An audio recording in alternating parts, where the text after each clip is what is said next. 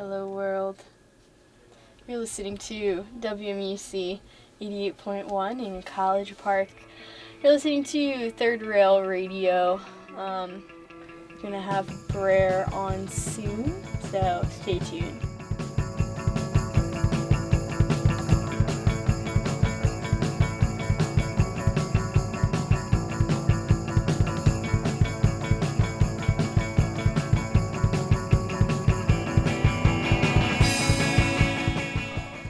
Thank you very much. WMUC 88.1.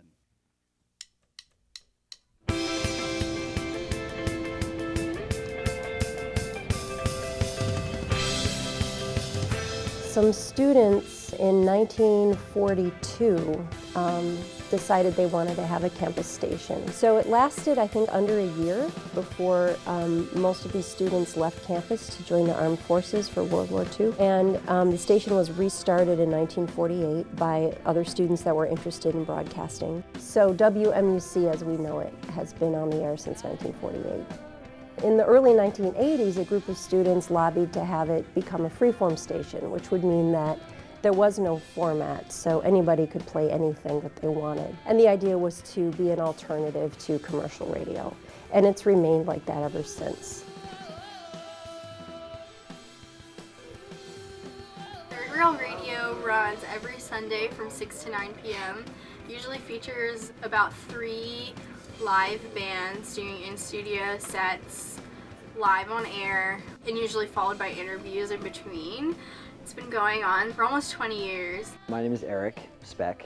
Went to University of Maryland 1993 to 1997, and I started Third Rail Radio. Well, I started at WMUC in 1993, pretty much like the day I got on campus. I knew I wanted to be a DJ at my college radio station. Just the walls were covered in records and posters of all these bands that I heard about and some bands I loved, and it was super, super exciting for me. I did an overnight, and then I eventually got bumped up to like a 6 to 9 a.m.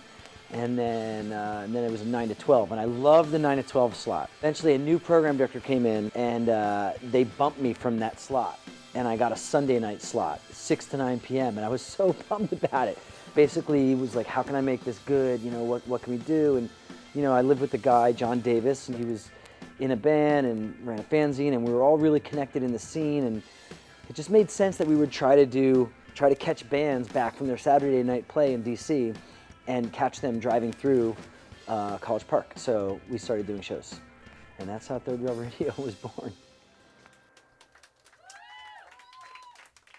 I was a WMUC DJ from 2005 to 2009. I ran Third Rail for just for about a winter, summer, and one full semester.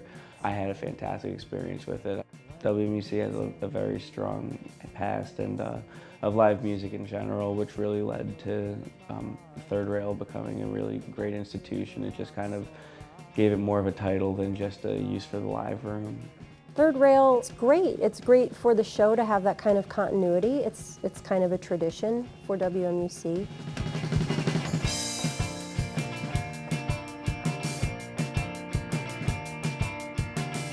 It's unique because they've invited mostly local artists and given them a stage to play on and a chance to get some exposure. We were pretty ambitious, you know, we were just calling up every band we could. Do you want to play the radio show? Like, we'll get kids there and we'll broadcast it.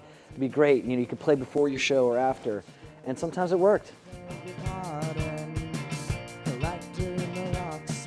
Bands and artists still need to perform live. That's how, if they want to be successful, and I don't mean like famous, I just mean successful in that they can support themselves with their music, they have to get better and they have to get used to playing in front of live audiences. The way that we function here is more as a venue that also broadcasts.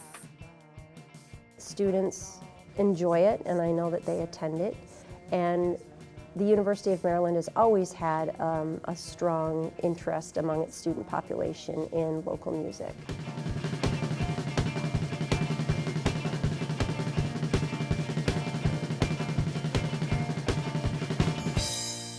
Pretty much from the late 70s until the mid 90s, you had bands that knew what to do. There was a whole well-developed network for musicians and bands and labels.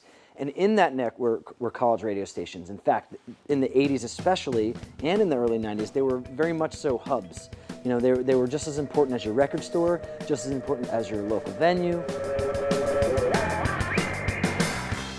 It gave college radio stations a little bit more import. You know, they had a little more gravitas, if you will. Music directors for stations would report the top playing music to the CMJ, right, and that would get monitored by different music industry promotions companies or music labels themselves.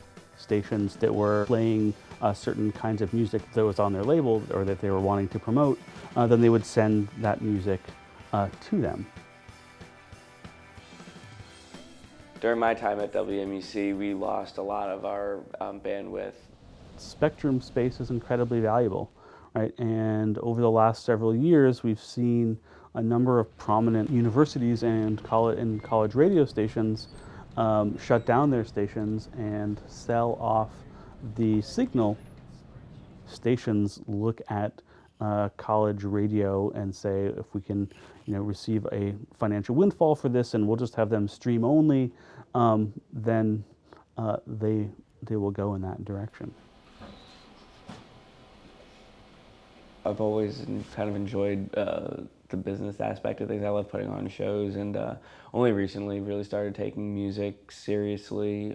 I currently play in a band called Expert Alterations. We're based in Baltimore. Music has become like a very much of just an on-demand commodity now. So whether it be Spotify or any kind of streaming service where you just want to find, like, you know what you want to listen to, you get onto it and you just will listen directly to that one band you want to hear, as opposed to with the way radio's classically been, is you turn a station on and then you don't really know what you're going to hear next and stuff like that. People will prefer to go with a algorithm recommendation engine, right, rather than listening to radio. And because of that, I think a lot of bands are playing less radio shows and are dealing with less radio promotion in general.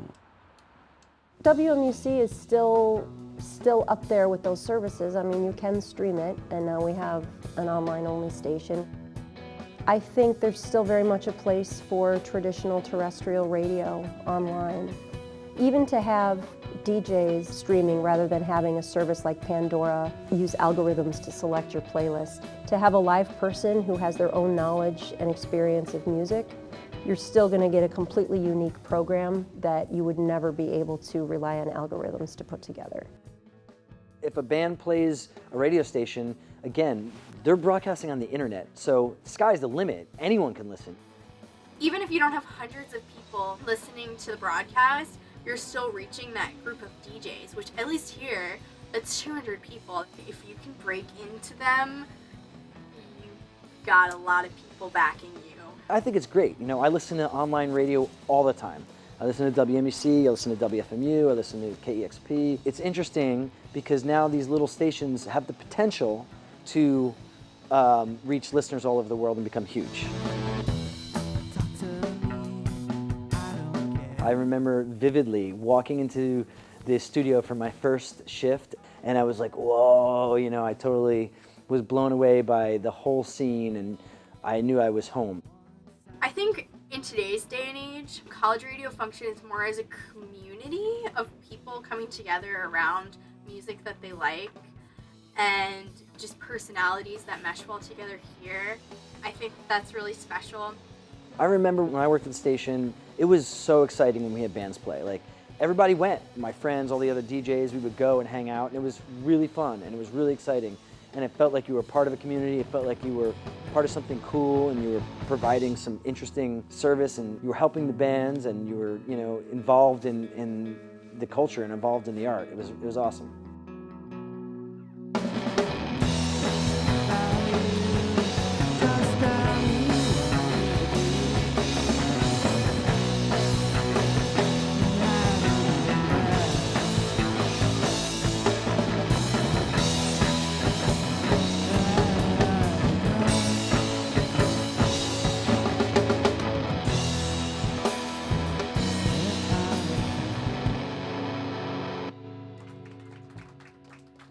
Thanks.